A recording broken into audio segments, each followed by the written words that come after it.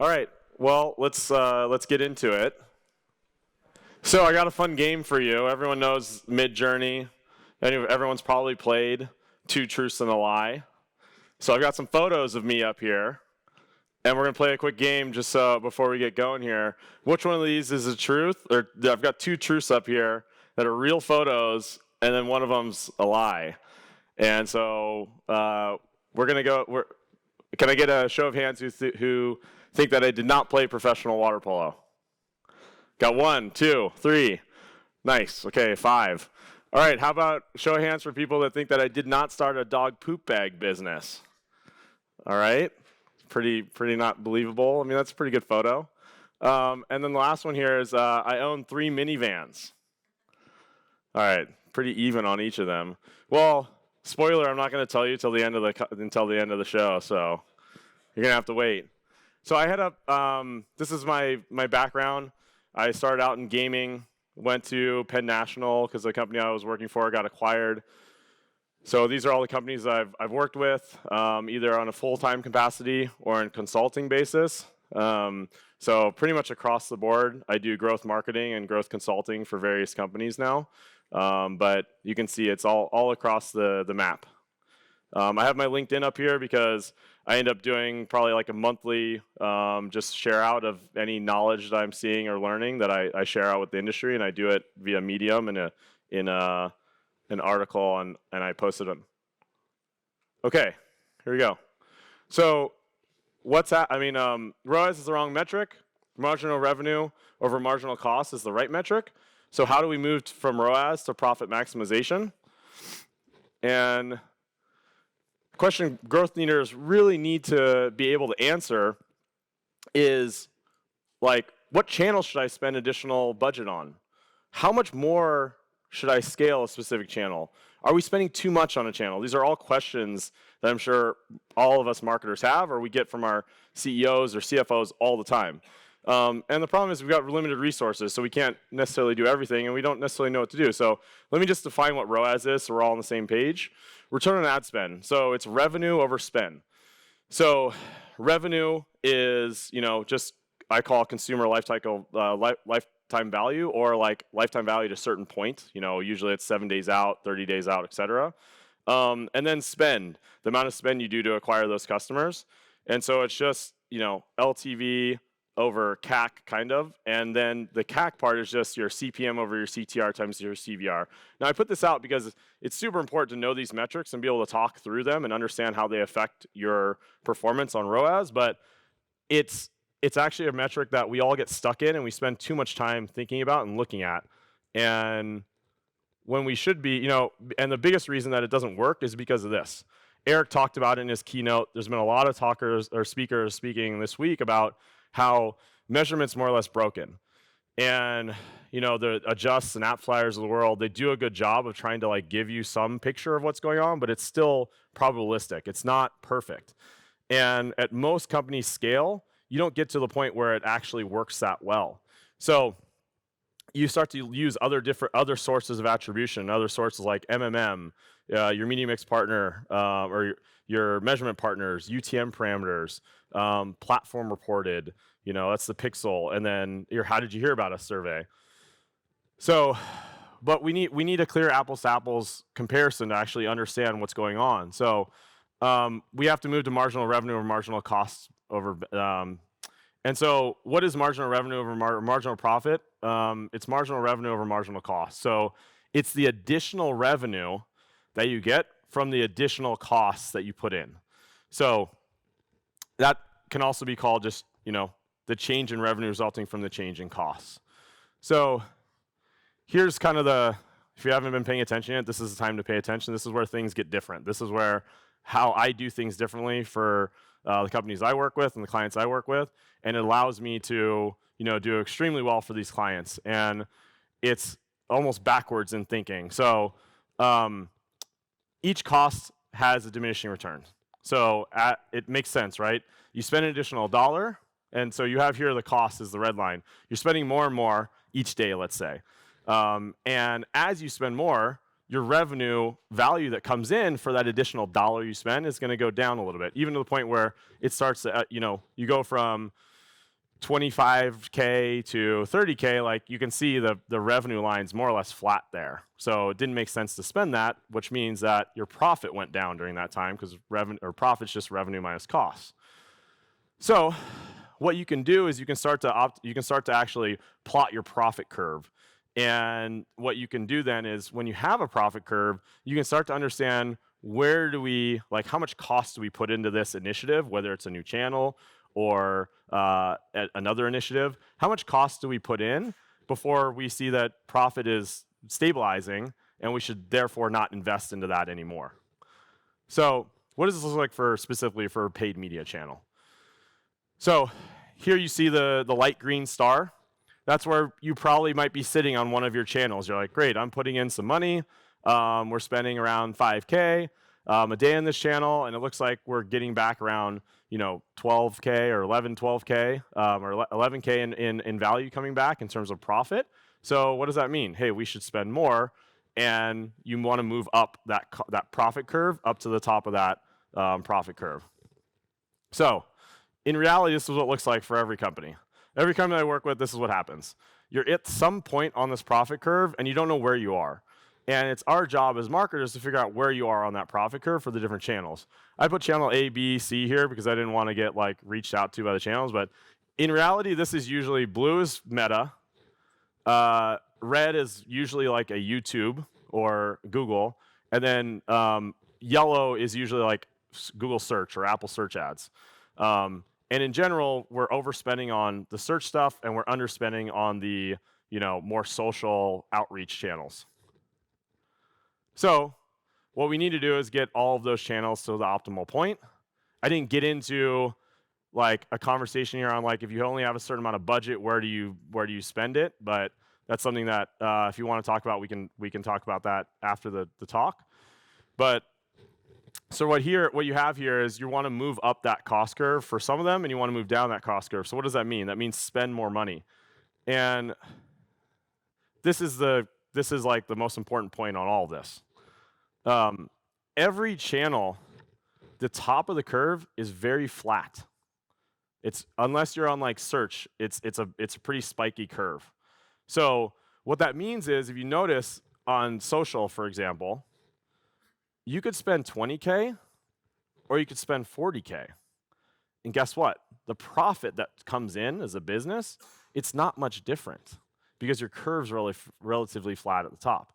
So most marketers are worried about oh, should I spend an additional 10K on this channel? I'll come in and I'll look at it and say, hey, cool, you're spending 15K on this channel.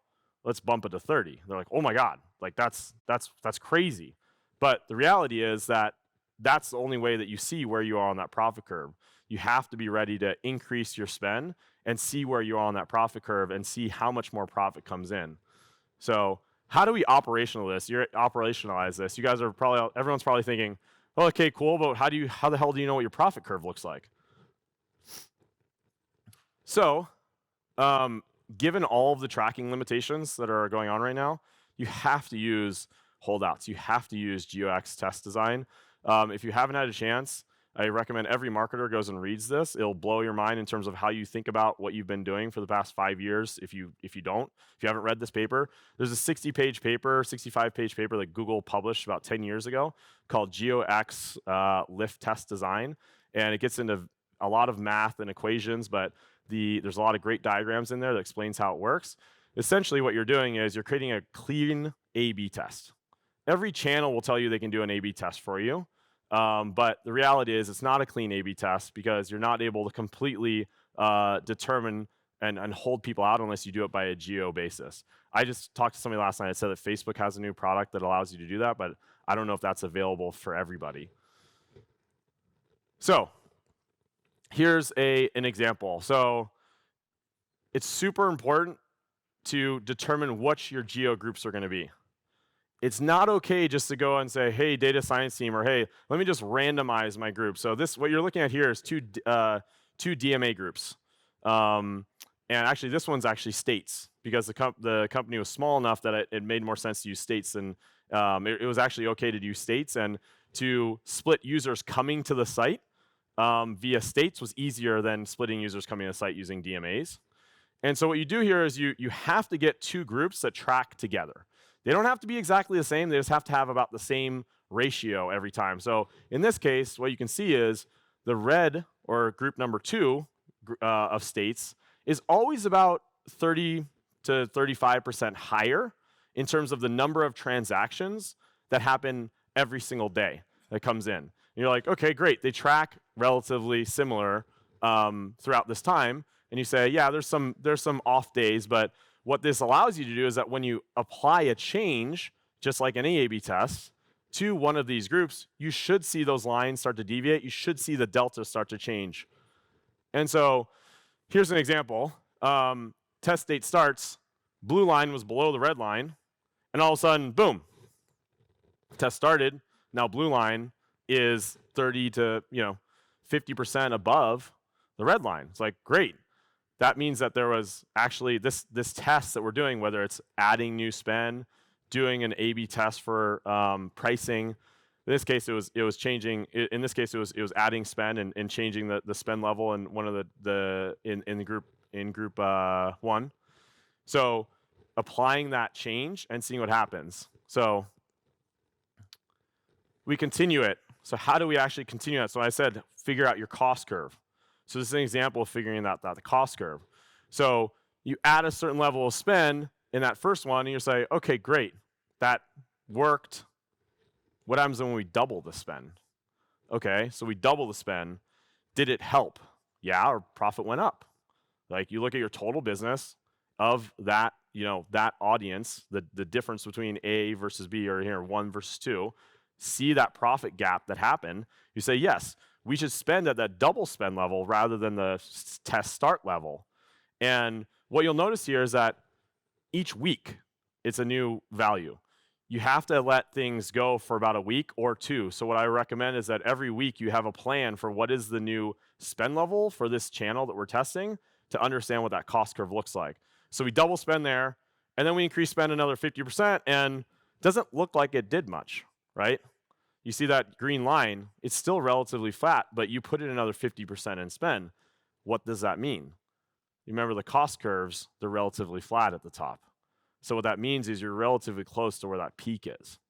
And so from there, you can say, okay, maybe we overshot. That's probably the case that we overshot because it's still flat and we spent 50% more.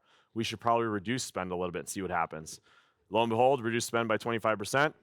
And here we are, higher profit level. So at that point, you've done your job of saying, okay, we have a pretty good idea for what this channel's spend should be, and then you can apply it to the other group and then move on and do the next test. So as you notice here, this is like a 1, 2, 3, 4 weeks worth of testing.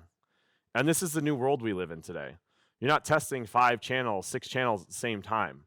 You have to set it up so that you're testing things sequentially and have it planned so you can actually see what's the impact. There's other things you can do if your company is big enough, you have enough transactions where you can set up multiple geo groups. So you can set up, like, what does the combined spend of Facebook and Google do for this region at this level versus the combined spend for Facebook and Google in this region, and then see what that split difference is when you actually start the test, and then change those mix. So there's ways that you can do that. Right now, for one of my clients, I'm doing Facebook and TikTok and seeing what that does. For Masterclass, when I was there, we did TV and Facebook to understand what that does. So all these different things you can do with different geo tests. So in summary, I know all the attribution partners are sponsoring this event, so thank you. But it's just another data point. And you can't use it as your source of truth. It's another data point. And you have to do some type of GeoX testing of your channels. If you haven't done it yet, do it, and you'll be like, oh my God, I didn't realize, I thought I had a good sense for what the value was here, and the numbers end up being wildly different post iOS 14.5 changes. So, and then the last piece is, don't be shy about increasing spend. Bump it up. Spend your money, and you'll see if you have a profitable business and things look good from a how did you hear about us survey, from an MMM model, from your MMP data. Spend more. to see like, hey, how much more can we go here? What I found is that most of the time, companies are on that low end of the cost curve, and they can actually really ramp it up. All right, end of the show here. I don't have 3 minivans. I have 2. And those are 20-inch rims. So, with automatic doors. So, yeah, and if you want to connect with me on LinkedIn, for everyone who's jealous of the minivan, this is a Pacifica. It's a pretty nice model. The other one's a Dodge. So, I like to keep it American on my car models. But yeah, this is that was the presentation. If anybody wants to, I'd love for you to connect. And I give updates, like I said, every month on what I'm seeing in the growth world. But this is a new heuristic to use, a new system to use to grow your companies. Thank you. Any questions?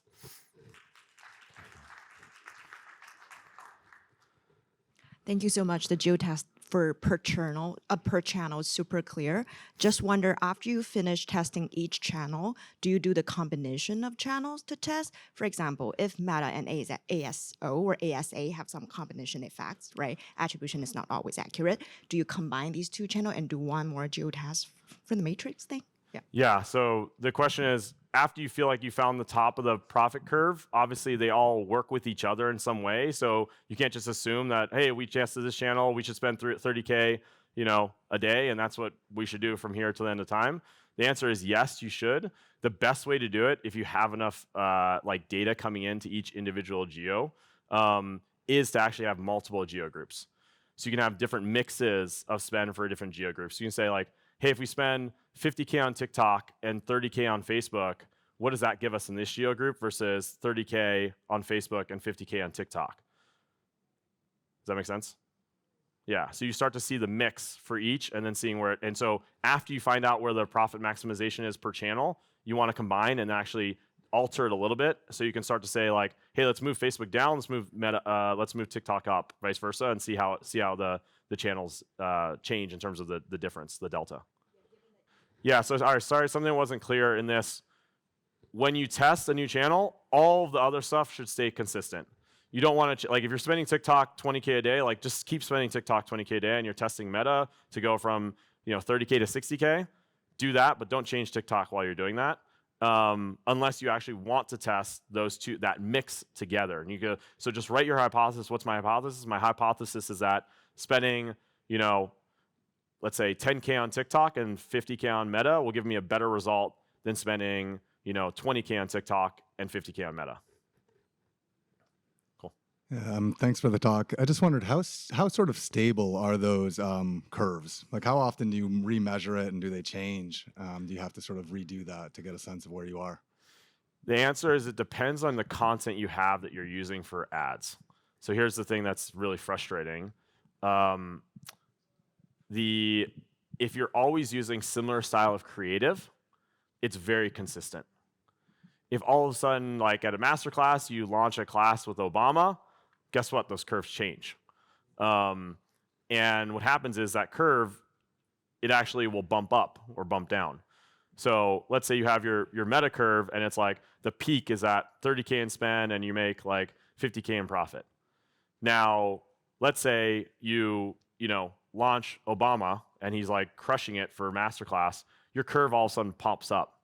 And so that kind of stuff is hard when you're working with like a content first company where the content can be the thing that actually drives what it is. So it works really well for steady state, but it's not great for like, hey, we have new product release. When you have a new product release, it basically resets everything. But even in that case, you have weeks, 2 weeks, spend it 2 wildly different numbers, see what happens. And you'll see that, profit's way higher, profits is lower. So you know relatively where you are on that curve, that new curve. All right, thank you, everyone.